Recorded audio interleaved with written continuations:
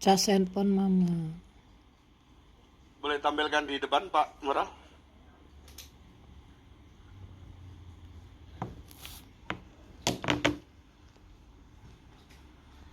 Ya, ini struktur pendahuluan model piramida terbalik ya. Minta air putih Ini nak. bisa dibesarkan. Atau air Bisa es lah, dibesarkan. sirup. Siapa apa? Blueberry atau jeruk lah, jeruk. Atau saya yang dari sini ya, saya yang besarkan ya. Tenis kecil yang Struktur pendahuluan model piramida terbalik. Misalnya saya kasih contoh, judulnya adalah strategi Ini guru kenapa sekolah on minggu baterai? dalam pemanfaatan media digital untuk Udah, pendidikan masih banyak. agama Kristen anak usia dini. Udah full, matikan aja udah full Jadi dia. kita mulai dari yang pertama adalah bagian umum. Itu isi atau isu umum ya. Jadi kita melihat di situ konteks secara global ataupun nasional. Gitu. Kita bisa mulai dari yang umum itu, mau yang global atau yang nasional, bisa. Nah, keterangannya bagian paling atas itu yang lebar tadi ya, piramida yang terbalik itu, bagian yang paling atas itu berfungsi untuk memberi gambaran besar masalah atau fenomena. Nah, contohnya misalnya gini. Perkembangan teknologi digital pada abad ke-21 telah membawa perubahan signifikan dalam dunia pendidikan. Anak-anak sejak usia dini kini akrab dengan perangkat digital seperti gawai dan internet yang mempengaruhi cara mereka belajar dan berinteraksi. Jadi saya hanya kasih contoh satu paragraf saja. Nanti ini masih bisa dikembangkan gitu ya. Tapi kita mulai dari yang umum.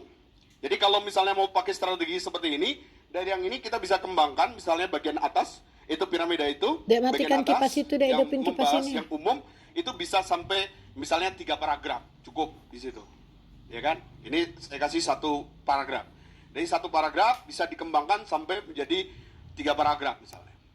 Yang berikutnya state of the art-nya, yang bagian yang lapisan kedua. Buka jendelanya. Itu bicara kajian penelitian terdahulu. Ya, masukkan kajian-kajian dari referensi-referensi terdahulu di situ. Itu lapisan kedua menampilkan ringkasan hasil. Boleh di saya.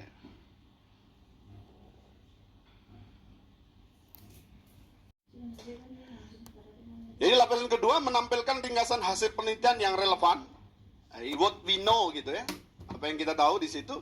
Nah, contohnya beberapa penelitian menunjukkan bahwa pemanfaatan media digital dapat meningkatkan keterlibatan anak dalam proses belajar. Misalnya saya mengutip tulisannya Rahman dan juga ada tulisannya Dewi dan Sirait misalnya. Nah, dalam konteks pendidikan umum, media digital terbukti memperkuat keterampilan literasi dan kreativitas anak.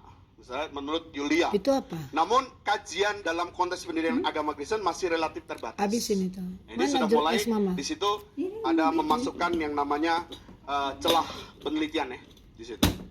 Nah, kemudian masuk di dalam research gate-nya, dalam kesenjangan penelitian, lapisan ketiga itu menyempit, menunjukkan apa yang belum diteliti. What we don't know. Jadi apa yang belum diteliti, apa yang belum kita tahu di situ, belum dilakukan. Meskipun terdapat banyak studi tentang media digital dalam pendidikan umum, masih jarang penelitian yang secara khusus membahas bagaimana. Nah, ini lebih khusus lagi kan. Kalau tadi dikatakan, namun kajian dalam konteks pendidikan agama ini masih relatif terbatas. Terbatas bukan berarti tidak ada, gitu kan? Sudah ada tapi masih terbatas. Nah, ini sekarang lebih menyempit lagi. Di situ dikatakan, meskipun terdapat banyak studi tentang media digital dalam pendidikan umum, masih jarang penelitian yang secara khusus membahas bagaimana, ini spesifik, guru sekolah minggu atau pendidik Kristen memanfaatkan media digital untuk mendukung pertumbuhan iman anak usia dini. Gitu. Ya.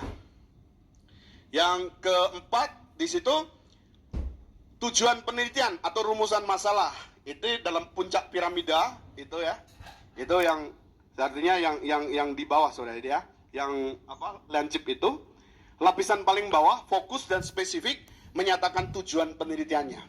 Nah, berdasarkan kesenjangan tersebut, penelitian ini bertujuan untuk menganalisis strategi guru sekolah minggu dalam menggunakan media digital sebagai sarana Isi pembelajaran airnya itu, Dek, pendidikan fullkan, agama Dek. Kristen bagi anak usia dini.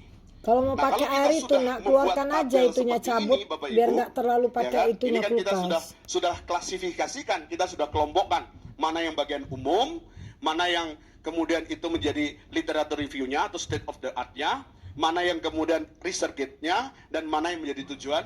Kita sudah kelompokkan itu, sekarang kita satukan misalnya. Ya, kita satukan, misalnya seperti ini menjadi.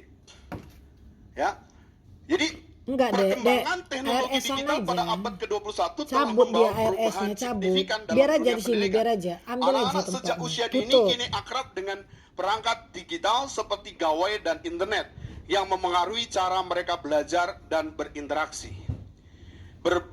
Beberapa penelitian menunjukkan bahwa pemanfaatan media digital dapat meningkatkan keterlibatan anak Cabut, dalam nak proses bawa belajar. sini. Menurut Rahman, Kok menurut lama Denny, kali cabutnya Sirait, aja? dalam konteks pendidikan umum, media digital terbukti memperkuat keterampilan literasi dan Isi full kreativitas lagi anak. gitu loh. Menurut Letak Julian. sini isi full. Namun, kajian dalam konteks pendidikan agama Kristen masih relatif terbatas.